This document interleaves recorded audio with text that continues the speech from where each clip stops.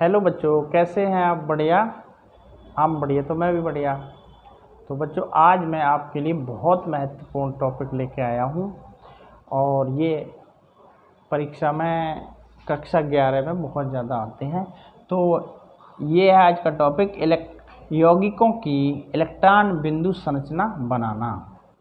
तो हम यौगिकों को इलेक्ट्रॉन बिंदु संरचना द्वारा उनके बॉन्ड की स्ट्रक्चर या उनके अणु की संरचना को हम किस प्रकार से कैसे समझ सकते हैं, आज यही टॉपिक मैं लेके आया हूँ। तो सबसे पहले हम यौगिक लेते हैं, बहुत ही सिंपल तरीके से, सिंपल से चलते हैं, सब शुरुआत से चलते हैं। सबसे पहले हमने लिया H2O। H2O मीन्स जल होता है। जल में एक ऑक्सीजन और 2 हाइड्रोजन होते हैं। सबसे पहले इसमें ढूंढते हैं सेंट्रल एटम।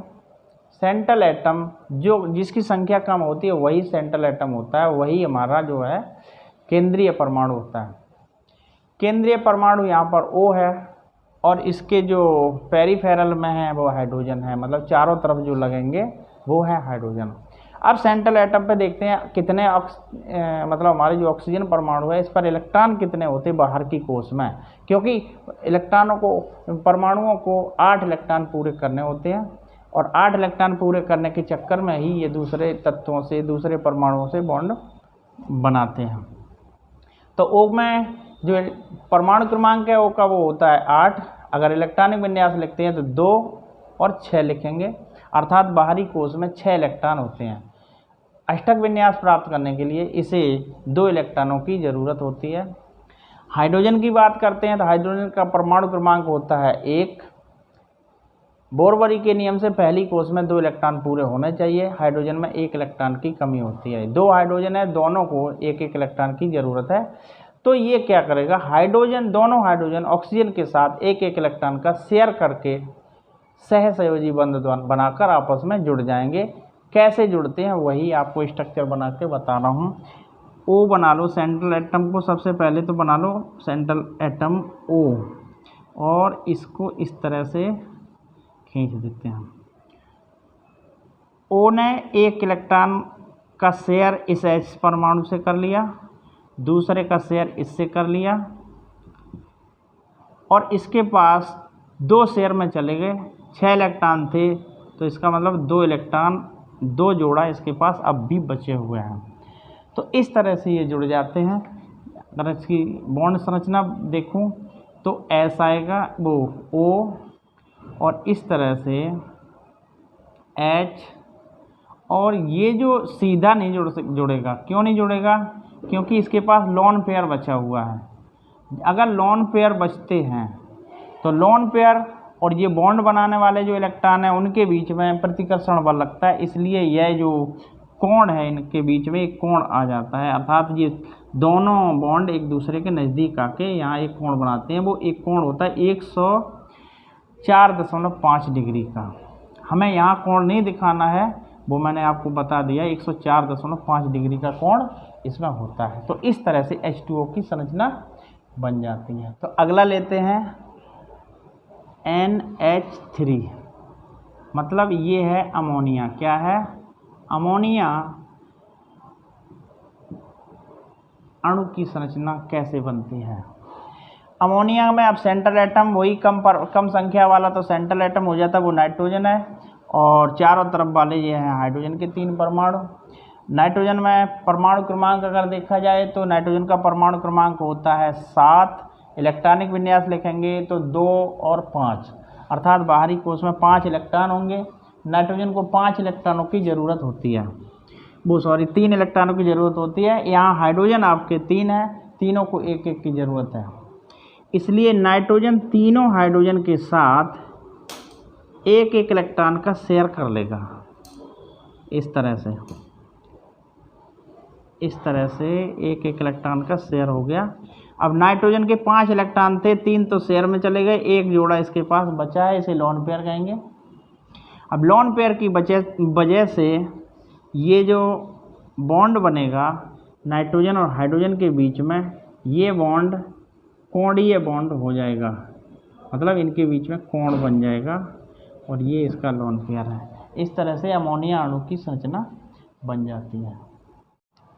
तो अगला लेते हैं PH3। जैसे NH3 बनाया था इसी तरह से PH3 बनेगा। P के बाहरी कोश में देखा जाए तो 5 इलेक्ट्रॉन होते हैं, क्योंकि इसका परमाणु क्रमांक 15 होता है। अगर 15 को बांटेंगे तो 2, 8 और 5, तो P की बाहरी कोश में भी 5 इलेक्ट्रॉन ही होंगे।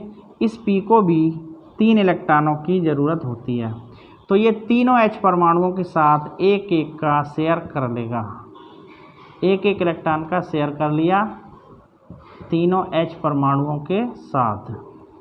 इसके पास भी एक लोन पेयर बचता है। ये तो बिंदु संरचना हो गई। बॉन्ड संरचना इसकी ऐसे बनेगी, P इसका भी बॉन्ड एंगल टाइप में हो जाएगा, मतलब कोणीय होगा, क्योंकि लोन पेयर बचा था। और मैंने बताया लोन पेयर और बॉन्ड पेयर एक दूसरे को प्रतिकर्षित कर देते हैं, इसलिए इन दोनों सभी बॉन्डों के बीच में एंगल बन जाएगा, ये सीधे नहीं रह सकते हैं। इस तरह से PH3 का निर्माण हो जाता है। तो अगले हमने लिए हैं कई यौगिकों के ग्रुप। यहाँ देखिए NCl3 की संरचना बनाना सीखेंगे, PCl3, NBr3, PBr3, Ni3, Pi3, NF3, PF3, इन सब की संरचना बनाना सीखेंगे। इनमें सभी में देखा जाए सेंट्रल एटम देख लीजिए, यहाँ पर N है, यहाँ P है, N है, P है, N P, मतलब N और P सेंट्रल एटम है यहाँ पर। और जो जिनकी संख्या ज़्यादा है ये चारों तरफ लगेंगे N और P के। N की बाहरी कोश में 5 इलेक्ट्रॉन अभी बताया था, P के बाहरी कोश में भी 5 इलेक्ट्रॉन होते हैं। यहाँ इनसे जुड़ने वाले परमाणु हैं, ये सभी हैलोजन परमाणु होते हैं, और सारे हैलोजन परमाणुओं की बाहरी कोश में 7 इलेक्ट्रॉन होते हैं। तो हैलोजन परमाणुओं को एक एक इलेक्ट्रॉन की ज़रूरत होती है। और यहाँ पर नाइट्रोजन और जो फास्फोरस है, ये इन परमाणुओं को भी 3-3 की ज़रूरत है। NCl3 की बात करते हैं, इसी के आधार पर सारों को समझ के आप बनाएंगे। तो सबसे पहले NCl3 को देखते हैं किस तरह से ये शेयर करेगा। जैसे ये शेयर करेगा ऐसे ही PF3, Br3, ये सारों में ऐसे ही बनेगा। तो सेंट्रल एटम N बनाया हमने। N ने Cl के साथ, क्योंकि Cl को एक एक इलेक्ट्रॉन की ज़रूरत होती है, Cl के साथ एक एक का शेयर कर लिया इस तरह से, Cl एक एक का जब इन्होंने शेयर किया तो इनके 6 इलेक्ट्रॉन बचे हैं। तो ये बाहर लिख दो, 1 2 3 4 5 6, 1 2 3 4 5 6, एक जोड़ा इसके पास बचा हुआ है। ठीक है, अभी मैंने बताया था कि जब लोन पेयर सेंट्रल एटम पे बचता है तो जो बॉन्ड पेयर होते हैं उनके बीच में एंगल बन जाता है इस तरह से ये Cl 1 2 3 4 5 6, 1 2 3 4 5 6, सही बना ले इसे यूँ। तो ये 6 कितने हो गए, 1 2 3 4 5 6, 1 2 3 4 5 6। तो इस तरह से NCl3 बन जाती है। अगर आपको PCl3 बनाना है तो P सेंटर में ले लेते हैं, क्योंकि P को भी 3 इलेक्ट्रॉन की ज़रूरत है। इसी प्रकार से NBr3 बनाना तो चारों तरफ Cl की जगह Br लगा दो। F3 बनाना है NF3, Ni3, तो यहाँ पर I या F को लिया जा सकता है, स्ट्रक्चर सेम रहेगी। PF3 की बात करें तो N की जगह आप यहाँ N लिया है, यहाँ पे आप P ले सकते हैं, और इनकी स्ट्रक्चर सेम तरीके से, बिल्कुल समान तरीके से बनेगी। इनको आप खुद बनाना सीखें। अगर आपको कोई दिक्कत होती है तो कमेंट करें, आपको आंसर अवश्य मिलेगा। तो बच्चों देखिए, अगला यौगिकों का ग्रुप लिया है मैंने। इन यौगिकों की संरचना सेम टाइप की बनेगी, इसलिए इन सारों को मैंने इकट्ठा लिया है। एक समझाऊंगा, दूसरे आपको खुद बनाने होंगे, वो समझ के किस तरह से बनते हैं। पहला लिया मैंने LiCl, NaCl, KCl, LiBr, NaBr, KBr, LiF, NaF, KF, Li, NaI, KI। तो इसमें आपको समानता क्या मिलेगी, ये जो Li, Na, K लिए, ये प्रथम ग्रुप से मैंने लिए हैं। अगर आवर्त सारणी की बात करें तो पहले ग्रुप में, और इन पहले ग्रुप वाले जितने भी तत्व हैं उनमें सब में बाहर एक इलेक्ट्रॉन होता है। जो ClBr लिया है ये हैलोजन तत्व हैं। हैलोजन तत्वों की बाहरी कोश में 7 इलेक्ट्रॉन होते हैं। हैलोजन तत्वों के परमाणुओं के बाहरी कोश में कितने 7 इलेक्ट्रॉन होते हैं। अब प्रथम ग्रुप में Na और Li में 1 इलेक्ट्रॉन होता है, और जिनके बाहरी कोश में 1 इलेक्ट्रॉन होता है या 2 हों या फिर 3 होते हैं, वे ज़्यादातर इलेक्ट्रॉन को छोड़ते हैं। मैं 3 प्रकार के बॉन्ड आपको पढ़ाए हैं। एक होता है विद्युत संयोजी बंध, एक होता है सहसंयोजी बंध, एक होता है उपसहसंयोजी बंध। तो यहाँ जो हम बात करेंगे वो हम विद्युत संयोजी बंध बनने के हिसाब से बात करेंगे, क्योंकि इनके बीच में विद्युत संयोजी बंध बनता है। ये सारे आयनिक यौगिक होते हैं, आयन के रूप में पाए जाते हैं। किस तरह से ये Li इलेक्ट्रॉन छोड़ता है और Cl इलेक्ट्रॉन लेता है। Li पर या Na पर या K पर प्लस चार्ज आ जाएगा। इनमें जितने भी हैलोजन परमाणु ये इलेक्ट्रॉन लेंगे, इसलिए इन पर माइनस चार्ज आ जाएगा। दोनों के बीच में विपरीत आवेश आने के कारण ये आपस में जुड़ जाते हैं। तो देखेंगे किस तरह से बनता है। पहले हम Li लेते हैं। L बाहरी कोश में कितने इलेक्ट्रॉन हैं? 1, ठीक है। और यहाँ जुड़ा है Cl, तो Cl ले लिया। इसके बाहरी कोश में कितने हैं? 7, 1 2 3 4 5 6 7। तो Li ने 1 इलेक्ट्रॉन इसे दे दिया। ये तीर बता रहा है इसने इलेक्ट्रॉन दिया है। ये तो वैसी संरचना बन गई। किस तरह से इलेक्ट्रॉन दे रहा है? ये 1 इलेक्ट्रॉन दे रहा है, दूसरा इलेक्ट्रॉन ले रहा है। बॉन्ड संरचना जो बनेगी वो इस तरह से बनेगी। चूँकि ये आयन के फॉर्म में बन रहा है, Li ने 1 इलेक्ट्रॉन दिया था, इसलिए इस पर तो प्लस चार्ज आ गया, ठीक है। Cl ने 1 इलेक्ट्रॉन लिया था, इसलिए माइनस चार्ज आ गया। बस दोनों पर विपरीत आवेश आ गया, इसलिए आपस में ये जुड़े हुए हैं। ये यौगिक आयनिक यौगिक होते हैं, क्योंकि इनके बीच में आयन बनता है। अगर आपको LiBr लेना है तो यहाँ पर Cl की जगह Br ले लो, Cl की जगह Br ले लो। अगर LiF बनाना तो Cl की जगह F ले लो। अगर Li की जगह Li बनाना है तो Cl की जगह I ले लो। सेम स्ट्रक्चर रहेगी। यहाँ पर Cl के स्थान पर सिर्फ I, F या Br ले सकते हैं। यही संरचना अगर आपको इनको बनानी है तो आप Li में चेंज कर दें। Li की जगह Na ले लें, क्योंकि Na के भी बाहरी कोश में 1 इलेक्ट्रॉन होता है। वो Cl को 1 इलेक्ट्रॉन दे देगा, I को 1 इलेक्ट्रॉन दे देगा, Br को 1 इलेक्ट्रॉन दे देगा, F को 1 इलेक्ट्रॉन दे देगा। तो उनकी भी स्ट्रक्चर इस तरह से सेम ही बनेगी। K की बात करते हैं तो K भी 1 इलेक्ट्रॉन डोनेट करता है, तो K की जगह Ki, Kf, Kbr, KCl ये सारे के सारे सेम टाइप में बनेंगे। सिर्फ आपको चेंज करना है तो इनमें परमाणु चेंज करना है। स्ट्रक्चर इनकी सेम है, बिंदु संरचना भी इनकी सेम है। तो अब हम अगला यौगिक लेते हैं SO यौगिक, क्या ये आयन लेते हैं SO4 -2। इसे कैसे बनाएंगे, इसे ध्यान से देखते हैं। यहाँ भी वही सेंटर एटम देखा जाए तो S है और 4 O परमाणु इससे जुड़ेंगे और चार्ज भी इस पर शो करना है।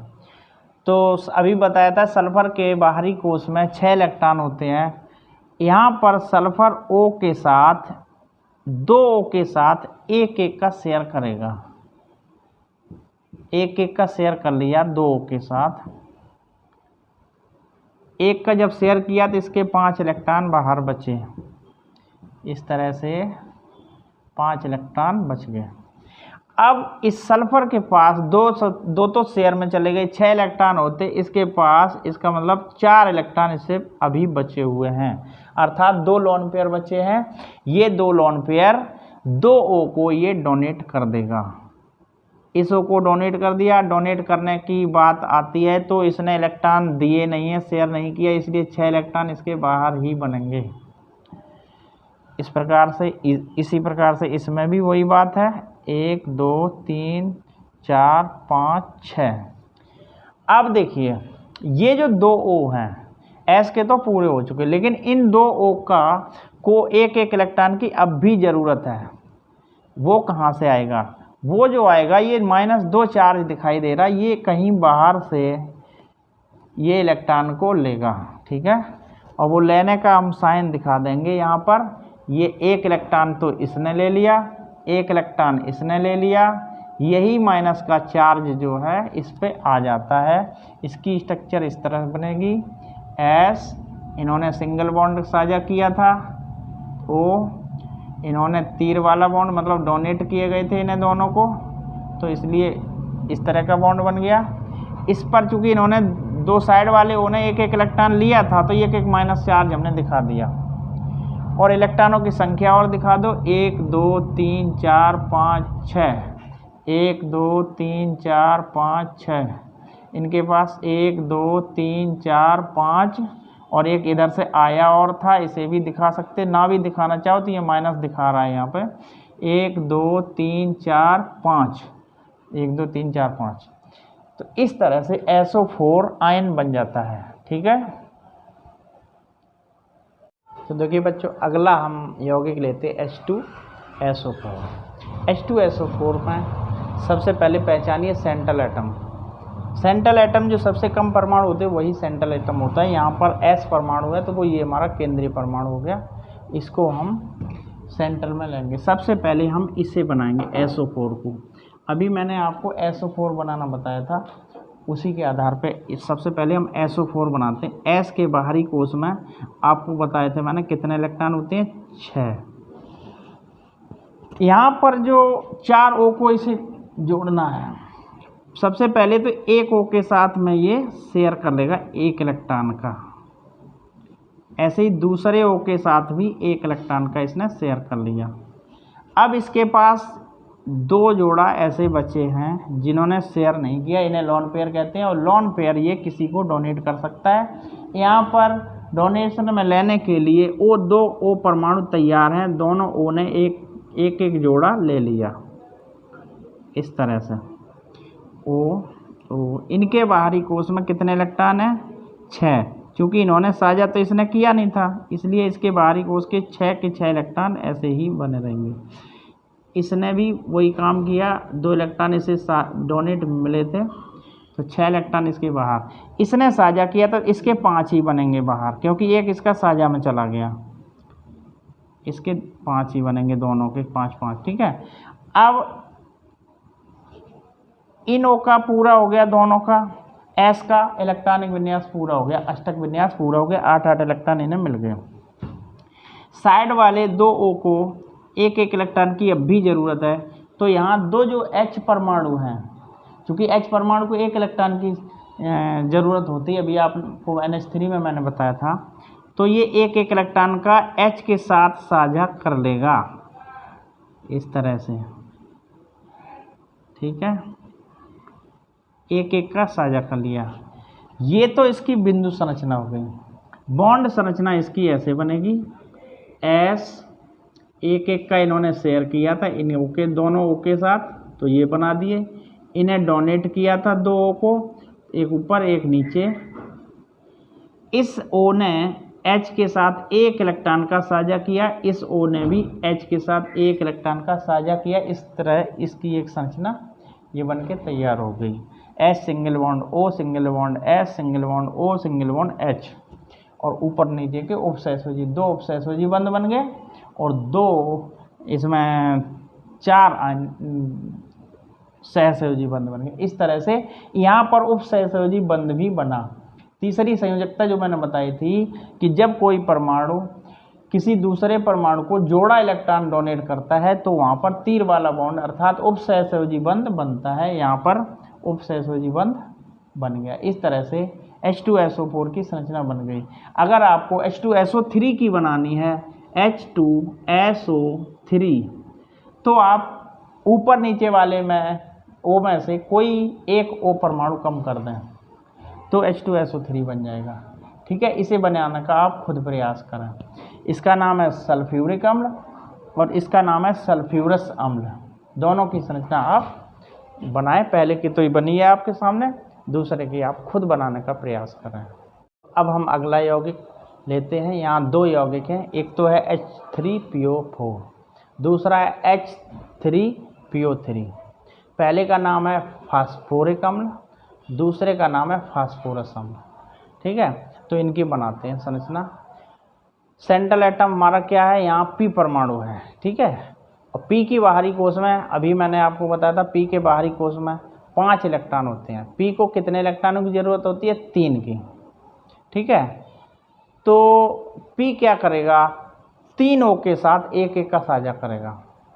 फिर P के पास एक लोन पेयर जो बचता है वो चौथे O को डोनेट कर देगा। ठीक है, और जो 3 O साइड वाले जिन्होंने एक एक इलेक्ट्रॉन का साझा किया था P के साथ, वो तीनों हाइड्रोजन के साथ एक एक का साझा कर लेंगे। स्ट्रक्चर देखिए कैसे बनती है। सबसे पहले हमने P लिया, P परमाणु, और इसके बाहरी कोश में होते हैं कितने इलेक्ट्रॉन? 5। इसने एक O के साथ एक का साझा किया, दूसरे O के साथ एक का साझा किया, और तीसरे O के साथ एक एक इलेक्ट्रॉन का साझा कर लिया। अब इसके जो साझा में O के बाहरी कोश में होते हैं 6 इलेक्ट्रॉन, एक एक साझा में चला गया, इसलिए यहाँ पर 5 इलेक्ट्रॉन इसके बनाने पड़ेंगे। 1 2 3 4 5। इसने तो भी वही काम किया, 1 2 3 4 5। अब चौथा O भी इसे जोड़ना, क्योंकि यहाँ 4 O परमाणु हैं, तो चौथे O को ये डोनेट कर देगा, क्योंकि इसके पास जो लोन पेयर बचा है। अब डोनेट का ध्यान रखें, बॉन्ड बनाने में जो इलेक्ट्रॉन बनाएंगे, जो डोनेट करेगा जो परमाणु, उसके इलेक्ट्रॉन ही जाएंगे, दूसरे परमाणु के इलेक्ट्रॉन इसके लूप के अंदर नहीं आएंगे। इसलिए इसके 6 इलेक्ट्रॉन O के बाहर हैं, क्योंकि O को डोनेशन मिला है, P ने डोनेट किए हैं। अब इनका जो दोनों साइड वाले O हैं, इनका एक एक इलेक्ट्रॉन, बल्कि तीनों ऊपर नीचे के, एक नीचे का और 2 साइड के, तो इन्होंने एक एक इलेक्ट्रॉन का साझा किया था, इसलिए एक एक इलेक्ट्रॉन अब भी कम है। तो यहाँ जो 3 हाइड्रोजन हैं वो क्या करेंगे? एक एक इलेक्ट्रॉन का शेयर करके खुद जुड़ जाएंगे। इसने एक का शेयर कर लिया ऐसे, ठीक है, ये H जुड़ गए। इस तरह से H3PO3 की बिंदु संरचना तो ये बन गई। बॉन्ड संरचना यहाँ बनाते हैं। P एक एक का साझा किया 3 O के साथ, एक बॉन्ड बन गया। इस O ने एक H के साथ साझा किया, इस O ने भी H के साथ साझा किया, इस O ने भी H के साथ साझा किया। बचा चौथा O, इन्होंने डोनेशन इसे मिला था, तो इसके तरफ तीर बन गया। ये स्ट्रक्चर इसकी बन के तैयार हो जाती है। ठीक है, इस तरह से इसकी संरचना बनाते हैं। अगर आपको H3PO3 की बनानी हो तो ऊपर वाला P कम कर दो, H3PO3 बन जाएगा। ओके।